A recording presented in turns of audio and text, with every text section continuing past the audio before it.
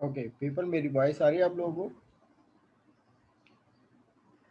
जी sir आ रही है। को? ऑलराइट, ये था कि जनाब, एन एब्स्ट्रैक्ट क्लास में कंटेन द एब्स्ट्रैक्ट मेंबर। अब देखो, मे कंटेन का क्या मतलब है कि भाई हो सकते हैं, बट नॉट मैंडेटरी। कि एब्स्ट्रैक्ट क्लास अगर है तो वो क्लास इटसेल्फ इनकम्प्लीट है, क्योंकि एब्स्ट्रैक्ट लग गया। तो ये आंखें बंद करके ही मान लिया हो कि जनाब वो क्लास तो सबसे क्लास है मदर भी चालू। इनहेरिटेंस होती है ये, इसको तो हम लोग लेवल वाइज इनहेरिटेंस कहते हैं। यानी मदर भी हो चाइल्ड भी हो, यानी एक ऐसी क्लास हो ना। एब्स्ट्रैक्ट हमेशा यूज होती है, यहाँ पर बताया हुआ भी था पॉइंट में, एज अ पेरेंट। तो पेरेंट कौन होगा? मदर क्लास होगी।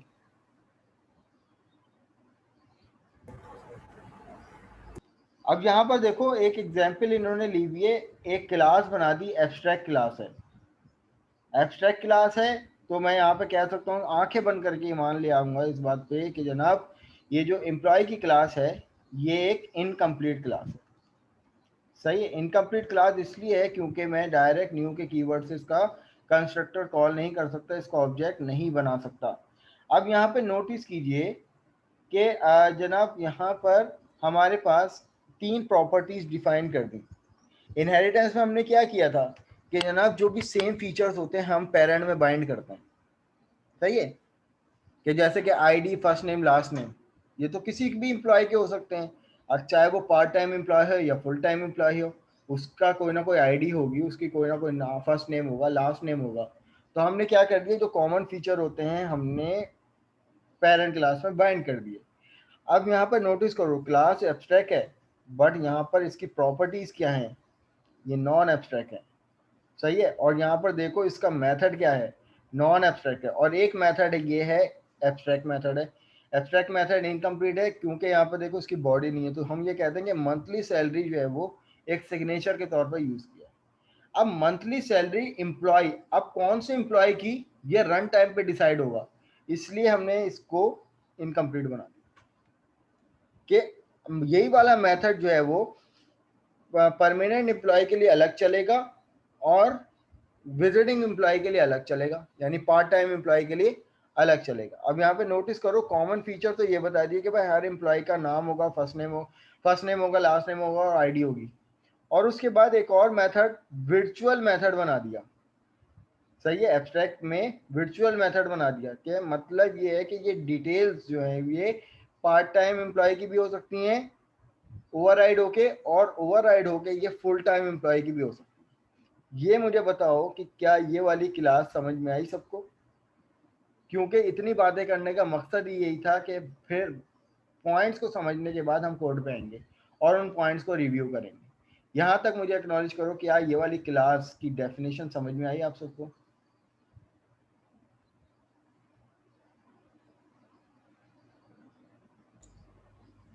फिर से समझा दें सर। देखो, इस क्लास को एब्स्ट्रैक्ट हमने इसलिए बनाया क्योंकि यहाँ पर हम एक एग्जाम्पल इम्प्लीमेंट करने जा रहे हैं एम्प्लॉयज़ की।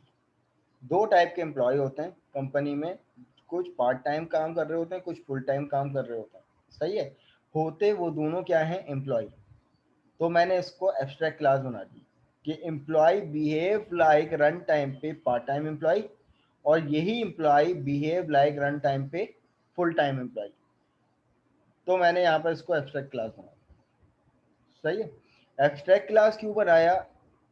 क्योंकि जनाब यहाँ पर मुझे जो है वो ये वाला मेथड जो है वो मैंने एक कंप्लीट बना दिया और इसको इनकम्प्लीट छोड़ दिया। क्यों? क्योंकि देखो, डिटेल्स मैं किसी एम्प्लॉय की शो करना चाह रहा हूँ, नहीं करना चाह रहा, लेकिन सैलरी तो दोनों एम्प्लॉय की मिलेगी ना। सही, तो सैलरी तो दोनों एम्प्लॉय की मिलेगी, तो इसका मतलब ये मेथड जो है वो जितने भी चाइल्ड क्लास बनेंगी इस एम्प्लॉय की, उन सब पे मैंडेटरी हो जाएगा कि इस मेथड को ओवरराइड करके इम्प्लीमेंट करना अपनी अपनी क्लासेस के अंदर। क्योंकि देखो, फ्री में तो कोई काम नहीं करेगा ना। सही है, अगर पार्ट टाइम एम्प्लॉय भी आया तो वो भी एम्प्लॉय कहलाएगा और उसकी कोई ना कोई सैलरी भी बनेगी। तो इसका मतलब ये मस्ट हैव है ये मेथड, सही है। बट ये मेथड क्या है, मैंडेटरी नहीं है। क्यों? क्योंकि ये कंप्लीट मेथड है। इनकम्प्लीट मेथड हमेशा एब्स्ट्रैक्ट होता है और उसको चाइल्ड क्लास में इंप्लीमेंट करना मैंडेटरी होता है। जैसे कि एग्जांपल कि सैलरी, सैलरी के बगैर कोई काम नहीं करेगा, सही। और ये कॉमन फीचर जो थे वो हमने पेरेंट क्लास में बाइंड कर दिए। अब उसके बाद यहाँ पर नोटिस करो, एक एम्प्लॉय आया जिसकी कैटेगरी हमने बना दी, ये है कॉन्ट्रैक्ट एम्प्लॉय। तो इस क्लास के बाहर आके हमने एक और क्लास बाइंड कर दी और इस क्लास को हमने नाम दे दिया कॉन्ट्रैक्ट एम्प्लॉय का। अब यहाँ पे देखो, contract employee which is inherit to employee, तो इसका मतलब कॉन्ट्रैक्ट एम्प्लॉय के पास ये तीन फीचर तो आ गए कि कॉन्ट्रैक्ट एम्प्लॉय जो होगा उसकी कोई ना कोई आईडी होगी, उसका कोई नेम होगा, फर्स्ट नेम होगा, उसका कोई ना लास्ट नेम होगा, और ये डिटेल का मेथड। अब यहाँ पे देखो क्या हो रहा है, ओवरराइड हो रहा है। क्यों हो रहा है? क्योंकि वर्चुअल है। क्योंकि अब यहाँ पे देखो, जब ये डिटेल का मेथड कॉन्ट्रैक्ट एम्प्लॉय के लिए चलेगा तो किसकी डिटेल्स आएंगी? कॉन्ट्रैक्ट एम्प्लॉय की आएंगी, तो ओवरराइड हो जाएगा। और यहाँ पर जो आईडी आएगी, फर्स्ट नेम आएगा, लास्ट नेम आएगा, और जो सैलरी बनेगी वो किसकी बनेगी? कॉन्ट्रैक्ट एम्प्लॉय की। तो यहाँ पर हमने वर्चुअल मेथड लगाया, उसको ओवरराइड कर रहे हैं, सही है। इसको बिहेवियर दे रहे हैं चाइल्ड का। अब एक चीज और हुई है कि भाई एक और मेथड यहाँ पर इंप्लीमेंट हुआ है। यहाँ से मैं इसको कॉपी करूंगा और जनाब यहाँ पर इसको पेस्ट कर लूंगा। अब यहाँ पे देखो पब्लिक ओवरराइड। अब ये जो क्या, ये कौन सा मेथड था? ये जो हमने ऊपर बनाया था मेथड, एब्स्ट्रैक्ट था। अगर ये एब्स्ट्रैक्ट को मैं अगर यहाँ पे कमेंट आउट कर दूं ना, तो ये सीधा सीधा ये मुझे एरर दे देगा कि जनाब ये क्लास आपकी कंपाइल ही नहीं होगी जब तक कि आप एब्स्ट्रैक्ट मेथड को चाइल्ड क्लास में यानी कॉन्ट्रैक्ट एम्प्लॉय में इंप्लीमेंट नहीं करोगे। देखो, contract employee does not implement the inherited abstract member. Member अगर आपकी पेरेंट क्लास में एब्स्ट्रैक्ट हो गया और वो पेरेंट क्लास किसी और क्लास से इनहेरिट हो गई, तो अब इस इनहेरिटेड क्लास में वाजिब हो जाएगा कि इस मेथड को ज़रूर इम्प्लीमेंट करे अपनी क्लास के अंदर। जैसे मैंने एग्जांपल दी थी कि कॉन्ट्रैक्ट एम्प्लॉय है ना, तो ये फ्री में तो काम नहीं करेगा, इसकी कोई ना कोई मंथली पैकेज भी होना चाहिए। अब पैकेज किस हिसाब से होगा? अब contract employee part time employee घंटों के हिसाब से काम करता है, यानी जो उसकी पेमेंट होती है वो आवरली पेमेंट होती है। तो हमने कहा कि भाई पब्लिक इंटीजर टोटल आवर और पब्लिक डबल उसका आवरली रेट कितना है, सही है। ये डिफाइन करेंगे हम खुद कि जनाब उस कॉन्ट्रैक्ट एम्प्लॉय ने कितने घंटे काम किया और हर घंटे की क्या कीमत थी।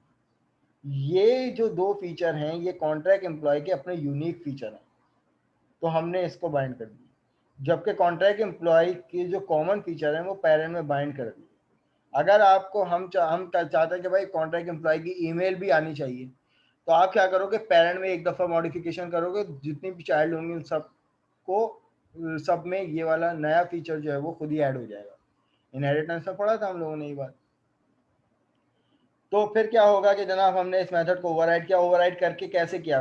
पब्लिक ओवरराइड डबल इसकी टाइप थी, यहाँ पे नोटिस करो पब्लिक एब्स्ट्रैक्ट डबल टाइप थी और ये एक सिग्नेचर था मेथड का। इस मेथड को हम क्या कर रहे हैं, ये इनकम्प्लीट था, अब इसको हम लोग चाइल्ड क्लास के अंदर ओवरराइड करके कंप्लीट कर रहे हैं।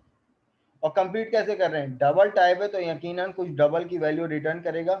और यहाँ पे देखो this dot total hour multiply हो जाएंगे जो भी आवर रेट है, सही है। अगर मैं एक पार्ट टाइम एम्प्लॉय हूँ, मैंने 10 घंटे काम किया और 1 घंटे की कीमत 1000 रुपये थी, तो बताओ मुझे कितने मेरी पेमेंट होनी चाहिए? 10,000 रुपये। तो यहाँ पर यही वाला फॉर्मूला इन्होंने लगाया हुआ है कि जो भी जितने number of total hour multiply by hourly rate. अब ये एक क्लास बना दी इन्होंने कॉन्ट्रैक्ट एम्प्लॉय की which is inherit to this class. अब इस क्लास को अगर हम क्या करते हैं, इम्प्लीमेंट करते हैं, या इम्प्लीमेंट करने से पहले एक और इन्होंने देखो एक छोटी सी एक और क्लास बना दी, public class full time employ. अब एक एम्प्लॉय होगा जनाब जो कि फुल टाइम एम्प्लॉय होगा, ये आगे फुल टाइम एम्प्लॉय, ये भी इनहेरिट है एम्प्लॉय से। तो अब यहाँ पर जो आपका अभी थोड़ी देर पहले एक सवाल आया था कि जनाब क्या एब्स्ट्रैक्ट क्लास चाइल्ड भी हो सकती है, मदर भी हो सकती है, तो how is it possible? Abstract class अगर चाइल्ड हो गई ना, तो उससे मसला ये होगा कि चाइल्ड में हमेशा न्यू के कीवर्ड से क्या होता है, कंस्ट्रक्टर कॉल होता है। अब देखो ना, ये वो कौन सी क्लास है, चाइल्ड क्लास है, ये भी चाइल्ड क्लास है। Employee behave like full time, employee behave like contract employee. तो अगर हम इसको चाइल्ड कर देंगे तो जनाब इसका बिहेवियर कौन लेगा? ये तो खुद एक इनकम्प्लीट है। एम्प्लॉय तो कोई भी हो सकता है, कल को इंशाल्लाह ताला आप लोग एम्प्लॉय बनोगे, मैं भी एक एम्प्लॉय हूँ, कल को भाई कोई और भी एम्प्लॉय बन सकता है। तो दिस ऑल आर एम्प्लॉय। किसी भी ऑर्गेनाइजेशन की बात करो तो सब एम्प्लॉय हैं, तो एम्प्लॉय का अपना तो कोई वजूद नहीं है। हाँ, कैटेगरी है जिनका वजूद है, कॉन्ट्रैक्ट और फुल टाइम। अब फुल टाइम में ये देखो, जो भी परमानेंट एम्प्लॉय होता है ना, उसकी सैलरी कैसे बनती है? उसकी सैलरी सालाना तौर पर जो डिसाइड होती है उसको 12 से डिवाइड कर देते, तो वो जो फिगर बनती है वो उसकी मंथली तौर पर उसको मिल रही होती है। अब फॉर सपोज सैलरी जो है वो 1,20,000 रुपये सालाना, सही है, तो जो कि मुझे मिलेगी, मेरी सैलरी सालाना जो है वो क्या है, 1,20,000 रुपये। अब 1,20,000 को अगर हम 12 से डिवाइड करेंगे तो 10,000 रुपये मेरी सैलरी बनती है महीना। तो ये क्या है, 10,000 रुपये सैलरी। अब ये जो फीचर है क्या है मेरे पास, एनुअल सैलरी। एनुअल सैलरी हम बताएंगे पार्ट फुल टाइम एम्प्लॉय को, जनाब आपकी एनुअल सैलरी क्या होगी। अब यहाँ पे नोटिस करो, मंथली सैलरी डबल टाइप का यहाँ पे बना हुआ। एक दफा ओवरराइड इस क्लास में हुआ, अब दोबारा से ओवरराइड हो रहा है इस क्लास में। क्यों? क्योंकि ये नॉर्मल क्लास थी, एब्स्ट्रैक्ट क्लास से इनहेरिट हुई है, और ये जो मेथड है ये इस क्लास में एब्स्ट्रैक्ट बना हुआ है, तो इस क्लास में वाजिब हो गया इसको ओवरराइड करना। अगर मैं यहाँ से भी इसको कमिट आउट कर देता हूँ तो अब ये मुझे फुल टाइम एम्प्लॉय के लिए एरर देना शुरू कर देगा कि जनाब फुल टाइम एम्प्लॉय में एक इनहेरिटेड हुई है और उस एब्स्ट्रैक्ट क्लास से, और एब्स्ट्रैक्ट का एक मेंबर है मंथली सैलरी, जो कि आपने इम्प्लीमेंट नहीं किया, आप उसको इम्प्लीमेंट करो। तो फिर हम यहाँ पर इसको इस तरीके से इम्प्लीमेंट करने जा रहे हैं कि public override double monthly salary. अब मंथली सैलरी ये डबल टाइप है ना, रिटर्न करेगी कोई डबल वैल्यू, तो मंथली सैलरी जो हम बताएंगे विच इज डिवाइडेड बाय 12 और रिटर्न होके आएगी हमें एक डबल की वैल्यू। तो ये मेथड क्या करेगा, मुझे डबल शो करेगा। सही है ना? सर ये तो अब यहाँ एम्प्लॉय को खुश करने वाली बात हो गई। जी, सर ये तो एम्प्लॉय को खुश करने वाली बात हो गई कि भैया ये एम्प्लॉय को खुश करने सलाह वाली से। बात है, बिल्कुल ऐसा ही है। तो अब यहाँ पर हम एम्प्लॉय का ऑब्जेक्ट रेफरेंस बनाएंगे E1, सही है, या बल्कि E1 नहीं E बनाएंगे। अब एम्प्लॉय कोई भी हो सकता है, ऑब्जेक्ट रेफरेंस भी कोई भी हो सकता है। ई इक्वल टू न्यू के बाद मैंने यहाँ पर इम्प्लीमेंटेशन किसकी करूँगा, पहले कॉन्ट्रैक्ट एम्प्लॉय की करूँगा। तो अब यहाँ पे देखो, अगर मैं एब्स्ट्रैक्ट क्लास को चाइल्ड बना दूंगा ना, तो चाइल्ड का मतलब होता है ऐसे इम्प्लीमेंट होना, और ऐसे इम्प्लीमेंट एब्स्ट्रैक्ट क्लास हो ही नहीं सकती, तो इसलिए एब्स्ट्रैक्ट क्लास ऑलवेज पेरेंट या शुड बी पेरेंट। सही है। अब उसके बाद मैं यहाँ पर ई डॉट करूंगा, तो देखो मुझे आईडी भी मिल गया, मुझे लास्ट नेम भी मिल गया, मुझे फर्स्ट नेम भी मिल गया, और मुझे यहाँ पर मंथली सैलरी भी मिल गया, और यहाँ पर ये डिटेल का मेथड भी मिल गया। अब यहाँ पर बात करते हैं ID which is equal to, मैं एक एम्प्लॉय हूँ, मेरी आईडी है 662। ई डॉट करने के बाद first name which is equal to, ठीक है, और इसी तरीके से ई डॉट करने के बाद लास्ट नेम,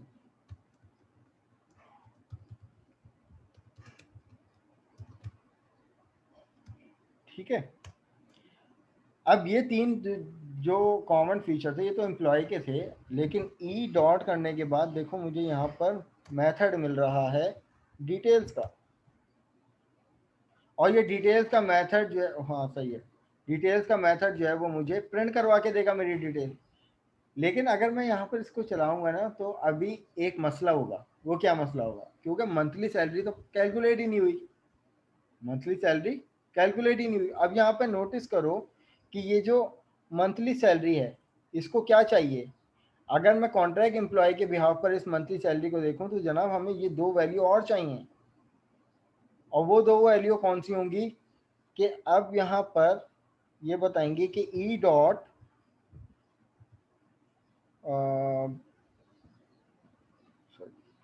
एक चीज और हमने यहाँ पे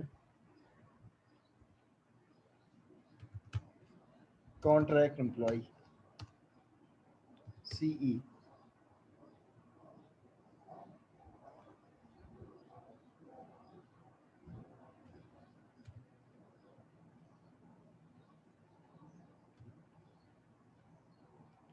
तो सीई डॉट करने के बाद यहाँ पर हम ये भी तो बताएंगे ना कि आवरली रेट क्या है। आवरली रेट हमने यहाँ पे कह दिया कि जनाब 1200 रुपये। और सीई डॉट करने के बाद उसने जो हमारे पास टोटल आवर कितने घंटे उसने काम किया था जनाब, उसने 20 घंटे काम किया था। सही है। अब यहाँ पर नोटिस करो डिटेल के अंदर ये जो कॉन्ट्रैक्ट एम्प्लॉय था इसका मेथड था डिटेल, उसके अंदर जनाब मंथली सैलरी का भी मेथड कॉल हुआ है। तो हमें दोबारा यहाँ पर मेथड कॉल करने की जरूरत नहीं है। सही है। तो अब यहाँ पे मुझे आउटपुट क्या मिलना चाहिए आप लोगों के हिसाब से कि ये एक एम्प्लॉय है जिसकी आईडी ये है, जिसका नाम ये है, जिसका लास्ट नेम ये है, जिसने 12 घंटे 1200 रुपये के हिसाब से 20 घंटे काम किया। तो मुझे बताओ कि क्या मुझे प्रिंट होना चाहिए, मेरी मंथली सैलरी क्या होनी चाहिए? 24,000।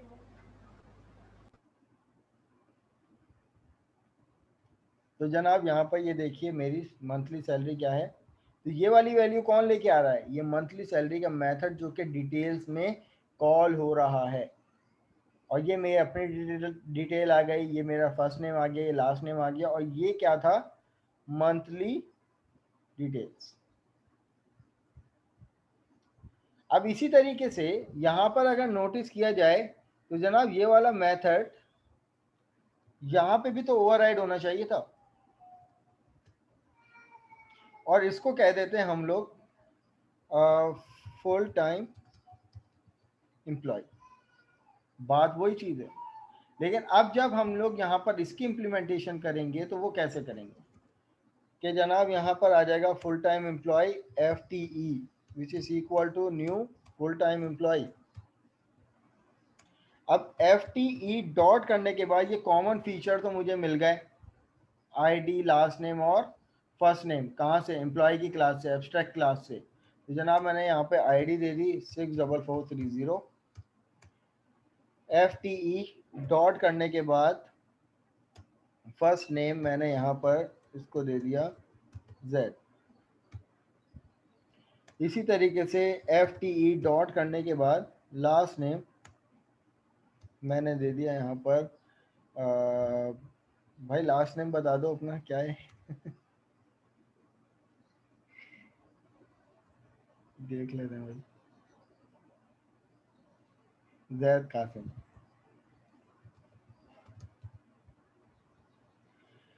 अब इसी तरीके से FTE डॉट करने के बाद मुझे यहाँ पर क्या चाहिए?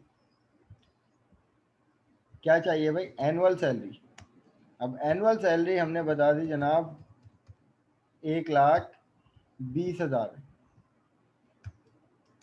तो अब सिंपल FTE डॉट करने के बाद मैं डिटेल्स का मेथड कॉल करूंगा और यहाँ पर सीधा सीधा इसको इम्प्लीमेंट कर लूंगा।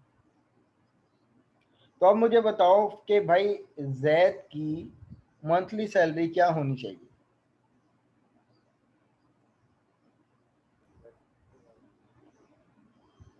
कंसोल और राइट लाइन कर लेते हैं पहले, फिर उसके बाद चेक कर लेते हैं। Slash n। तो अब यहाँ पे देखिए कि ये कौन है, ये कॉन्ट्रैक्ट एम्प्लॉय है, और ये कौन है 6443 जैद कासिम। अब इनकी यहाँ पर ये देखिए कि मंथली सैलरी क्या हो रही है, 10,000। क्यों? क्योंकि इनकी सालाना सैलरी जो है वो क्या है, 1,20,000 रुपये, विच इज़ डिवाइडेड बाय 12। तो यहाँ पर 10,000 रुपये इनकी मंथली सैलरी, और ये एक फुल टाइम एम्प्लॉय है। तो यहाँ पर ये पहली एग्जाम्पल है किसकी, एब्स्ट्रैक्ट क्लास की। ये मुझे बताओ कि ये वाली एग्जाम्पल समझ में आई कि क्यों हमने एम्प्लॉय को एब्स्ट्रैक्ट बनाया। क्योंकि एम्प्लॉय कोई भी हो सकता है, कॉन्ट्रैक्ट और यहाँ पर फुल टाइम। मंथली सैलरी दोनों की कैलकुलेट होगी, तो हमने एम्प्लॉय की क्लास में क्या कर दिया कि एक इनकम्प्लीट मेथड बना दिया, और उनको अपनी अपनी चाइल्ड क्लासेस में डिफरेंट जावियों से इम्प्लीमेंट कर लिया, ओवरराइड करके। मेथड वही था, लेकिन उसको क्या कर रहे हैं, ओवरराइड कर रहे हैं। अब इसी तरीके से एक और एग्जांपल एब्स्ट्रैक्ट क्लास के लिए, फिर हम लोग इंटरफेसेस पे आते हैं कि जनाब यहाँ पर अकाउंट, सही है, यहीं पे देख लो तुम लोग एग्जांपल अकाउंट पब्लिक क्लास। ये क्या है हमारे पास अकाउंट के नाम से, चलो यहाँ पर इम्प्लीमेंट भी करते रहते हैं साथ साथ। मैं यहाँ से इसको भी हटा देता हूँ, और जनाब यहाँ से इस क्लास को भी हटा देता हूँ। हमने यहाँ पर एक क्लास बना ली अकाउंट के नाम से, एब्स्ट्रैक्ट क्लास। क्यों? अकाउंट की मिसाल भी शुरू से लेते हुए आ रहे हैं। देखो, इन्होंने एक प्रॉपर्टी दे दी कि भाई पब्लिक डबल बैलेंस, के अकाउंट के अंदर बैलेंस इन्होंने पहले से डिफाइन कर दिया कि जनाब 1,000 रुपये है। सही है। प्रोटेक्टेड क्यों लगाया, ये कौन बताएगा मुझे, ये कौन बताएगा जनाब मुझे? मोहम्मद सफ़ीउद्दीन 12104, मोहम्मद सफ़ीउद्दीन।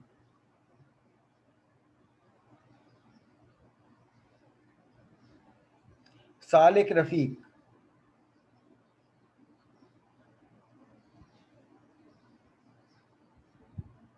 मुनीम अजीज शेख।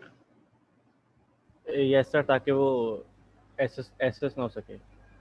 एक्सेस ना हो सके, एक्सेस तो होगा, ये तो होगा, एक्सेस तो होगा, लेकिन अभी एक्सेस नहीं होगा। जब इस क्लास से किसी और क्लास को इनहेरिट करेंगे ना, तो ये उस क्लास में भी एक्सेस होगा। प्रोटेक्टेड का फीचर ये है। सही है। अगर कोई मेंबर जो है वो किसी क्लास में प्रोटेक्टेड होता है, तो इसका मतलब जब तक कि ये वाली क्लास किसी से इनहेरिट नहीं होगी, तो प्रोटेक्टेड और प्राइवेट सेम है, कोई फर्क नहीं है। लेकिन यहाँ पर अब ये वाली जो क्लास है ना, करंट अकाउंट की, ये यहाँ से लेकर यहाँ तक कि मैं इसको करूँगा कॉपी, और यहाँ पे करूँगा इसको पेस्ट। और जनाब पेस्ट करने के बाद यहाँ पे देखो current account which is inherit to account, और यहाँ पर नोटिस करना कि बैलेंस, ये जो वेरिएबल है, ये यहाँ पर इजीली एक्सेसिबल है। क्यों? Because of protected. और प्रोटेक्टेड का फीचर क्या होता है कि जनाब अगर वो क्लास के अंदर है तो वो ट्रीट लाइक प्राइवेट करेगा, लेकिन अगर वो क्लास किसी क्लास से इनहेरिट हो गई, तो अब ये जो बैलेंस का वेरिएबल है, ये इस क्लास के कॉन्टेक्स्ट में भी इम्प्लीमेंटेड है। अब यहाँ पे नोटिस करो अकाउंट, अकाउंट के अंदर पहले से बताया हुआ है कि भाई बैलेंस 1,000 रुपये है।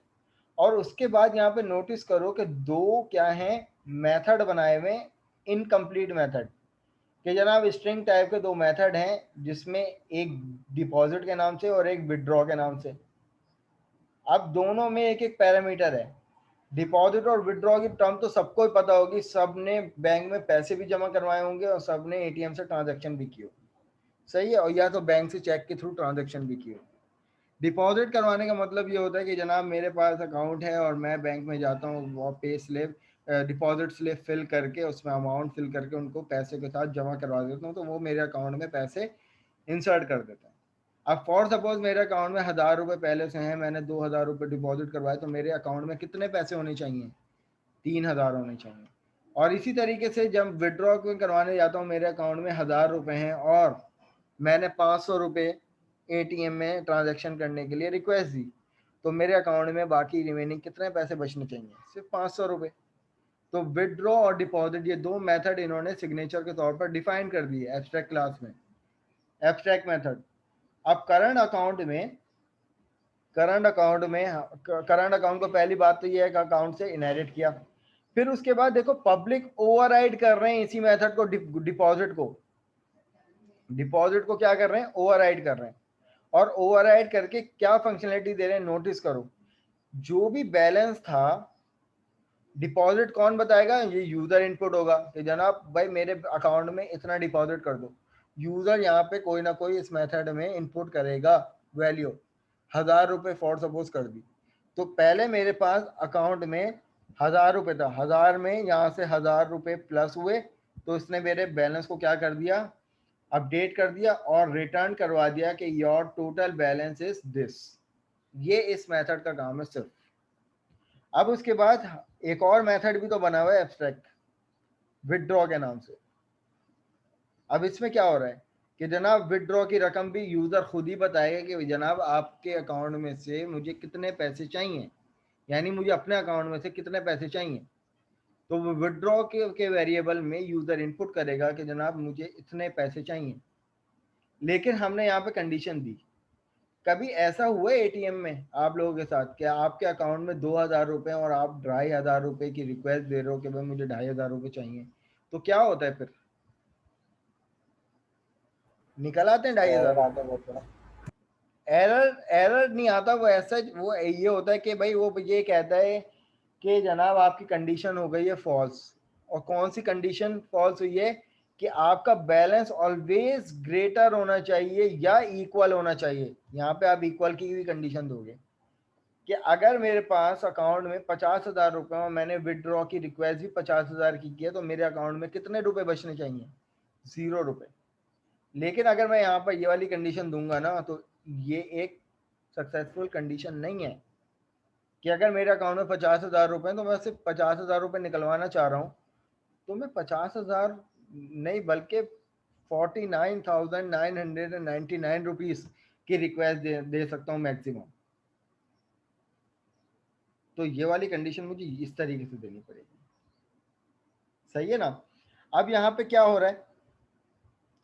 अब यहाँ पर जनाब ये हो रहा है कि पहली बात तो ये कंडीशन दे दी कि अगर बैलेंस ग्रेटर या इक्वल टू है विदड्रॉ की रकम से तो ही विदड्रॉ होगा, वरना आपके पास ये वाला एरर आ जाएगा। कौन सा एरर आ जाएगा? Sorry, can not withdraw request amount insufficient fund, कि आपके पास इतना बैलेंस ही नहीं है जितना आप पैसे निकलवाना चाह रहे हो। तो बैलेंस ऑलवेज ग्रेटर देन और इक्वल टू विदड्रॉ। और अगर ये कंडीशन ट्रू हुई कि फॉर एग्जांपल 1000 रुपये हमारे पास पहले से मौजूद हैं अकाउंट में और यहाँ पर हमने रिक्वेस्ट दी 500 रुपये की, तो जनाब 1000 रुपये 500 से बड़े हैं, कंडीशन ट्रू हो जाएगी। तो क्या हो जाएगा? 1000 में से 500 डिटेक्ट हो जाएंगे और असाइन हो जाएंगे, बैलेंस अपडेट हो जाएगा। तो यहाँ पर हमारे पास आ जाएगा योर टोटल बैलेंस इज 500 रुपये। तो ये तो हमारे पास करंट अकाउंट की कंडीशन हो गई। अब उसके बाद इन्होंने छोटी सी एक और क्लास बना दी सेविंग अकाउंट के नाम से। इसमें भी उन्हीं दो मेथड को क्या किया है? ओवरराइड किया है। इसमें भी उन्हीं दो मेथड को क्या किया है? ओवरराइड किया है। कैसे किया है ओवरराइड भाई? तो यहाँ पर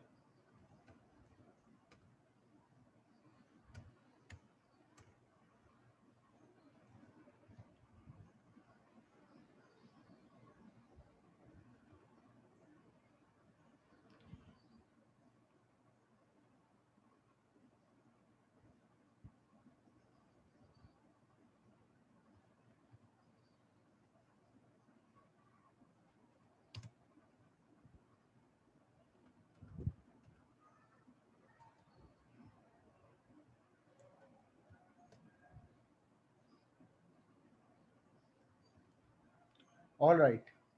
तो यहाँ पे देखिए कि एक और क्लास बनाई सेविंग। सेविंग अकाउंट में क्या होता है जनाब? इंटरेस्ट, सूद शामिल होता है, खुला सूद। वो कैसे कि जनाब इन्होंने एक वेरिएबल डिक्लेयर कर दिया इंटरेस्ट के नाम से और उसमें 100 रुपये इंटरेस्ट दे दिया, ये फिक्स कर दिया।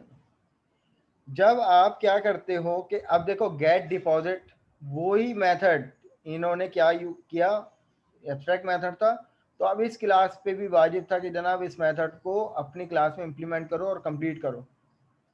स्ट्रिंग टाइप का मेथड था और उसमें वो उसी तरीके से यूजर से इनपुट लेंगे डिपॉजिट का, और यहाँ पर देखो कहा जा रहा है कि भाई बैलेंस में जो भी रुपए हैं वो क्या कर दो, ऐड करवा दो, और ये सिंपल उसी तरीके से इंप्लीमेंट होगा जो कि करंट अकाउंट में इंप्लीमेंट हो रहा था, यहाँ से लेकर यहाँ तक कोई फर्क नहीं है। लेकिन फर्क विदड्रॉ में आएगा, और वो क्या फर्क आएगा जनाब, वो ये फर्क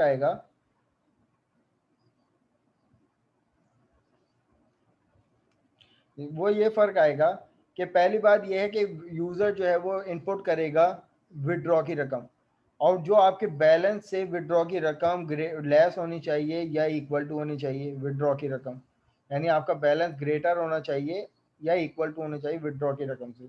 जब आप ऐसा करोगे विदड्रॉ होगा, अब फॉर एग्जांपल अकाउंट में मेरे पास 1000 रुपए हैं और मैंने यहाँ पे रिक्वेस्ट की 500 रुपए की, तो 1000 में से 500 क्या हो गए, कट गए, तो यहाँ पे 500 रुपए बचे। लेकिन रिटर्न में क्या हो रहा है कि जो भी आपने विदड्रॉ किए, सही है, 500 रुपए यहाँ पे है और उसमें 100 रुपीज जो है वो इंटरेस्ट शामिल हो गया। तो अब मुझे बताओ आपकी रकम कितनी होनी चाहिए। यूजर ने रिक्वेस्ट की 500 रुपए की, आपका बैलेंस 1000 रुपए था, 1000 में से 500 कट गया, तो कितना बचना चाहिए इस मेथड के अकॉर्डिंग। सर 500 करना चाहिए। रिमेनिंग बैलेंस कितना होना चाहिए, मैं ये पूछ रहा हूँ। 500 500 नहीं होगा, 600 600 सही है, क्योंकि 500 में ये इंटरेस्ट भी तो शामिल हो रहा है ना 100 रुपए का। और एल्स की कंडीशन क्या है कि जनाब वरना रिटर्न कर दो, सॉरी यार इनसफिशिएंट बैलेंस, भागो यहाँ से। ठीक है, अब जनाब इस क्लासेस को इम्प्लीमेंट कैसे करेंगे। अब इन्होंने यहाँ पर इम्प्लीमेंट भी करके दिखा दिया कि यहाँ पर पहले, यहाँ से हम इसको कॉपी कर लेते हैं और यहाँ पर आके इन्होंने पहले सेविंग अकाउंट को इम्प्लीमेंट किया कि सेविंग अकाउंट, उसका ऑब्जेक्ट बनाया न्यू सेविंग अकाउंट, और यहाँ पे पहले यूजर से इनपुट लिया इंटर अमाउंट टू विदड्रॉ, सही है, और जो भी अमाउंट यूजर ने इनपुट करी वो SA.withdraw का मेथड इन्होंने चलाया और यहाँ पर इम्प्लीमेंट कर लिया। तो अब जब मैं अपने इस प्रोग्राम को इम्प्लीमेंट करूंगा ना, देखो यहाँ पर सेविंग अकाउंट हो रहा है, नोटिस करना सेविंग अकाउंट में इंटरेस्ट भी शामिल था। अब मैं रिक्वेस्ट कर रहा हूँ, मेरे अकाउंट में पहले से कितना बैलेंस मौजूद है, 1000 रुपए, सही है ना, 1000 रुपए। अब विदड्रॉ की रकम जो है वो 1000 से कम होनी चाहिए या बराबर होनी चाहिए। मैंने कहा मुझे विदड्रॉ करने हैं 300 रुपए फॉर सपोज, वैसे एटीएम से 300 रुपए पॉसिबल नहीं होते, हमने कहा 300 रुपए विदड्रॉ करने, हम कैसे भी कर रहे हैं। तो अब जब मैं इसको इंटर करूंगा तो मुझे बताओ कि क्या मुझे मेरा बैलेंस कितना होना चाहिए, 700 रुपए या 800 रुपए। 800 रुपए। सही है, तो यहाँ पर मेरा बैलेंस जो है वो कितना हो गया, 800 रुपए। क्यों, क्योंकि सेविंग अकाउंट इंप्लीमेंट हो रहा है, और सेविंग अकाउंट का कौन सा इंप्लीमेंट हो रहा है, विदड्रॉ। अब इसी तरीके से मैं यहाँ पर इसी की जगह मैं यहाँ पर इसी को कॉपी कर लेता हूँ, यहाँ पर पेस्ट कर देता हूँ और यहाँ पर चेंजेस कर देता हूँ टू डिपॉजिट, सही है, अमाउंट 2, यहाँ पे कह देता हूँ अमाउंट 1, ये आ गया अमाउंट 1 और ये आ गया अमाउंट 2 टू विदड्रॉ। अब यहाँ पे मेथड जो है वो मैं गेट डिपॉजिट का चलाता हूँ, सही है। अब मेरे पास पहले से 1000 रुपए मौजूद हैं, पहले से 1000 रुपए मौजूद हैं, और डिपॉजिट के लिए हमने कहीं शर्त नहीं रखी थी कि जनाब इफ एल्स की, नहीं, डिपॉजिट बंदा कितने भी करवा सकता है। 1000 रुपए पहले से मेरे पास अकाउंट में मौजूद हैं जो कि यहाँ पे ये डिफाइन है, सही है ना। मैंने यहाँ पे कहा कि भाई 2500 रुपए मुझे डिपॉजिट करवाना है। अब मुझे बताओ मेरा बैलेंस कितना होना चाहिए,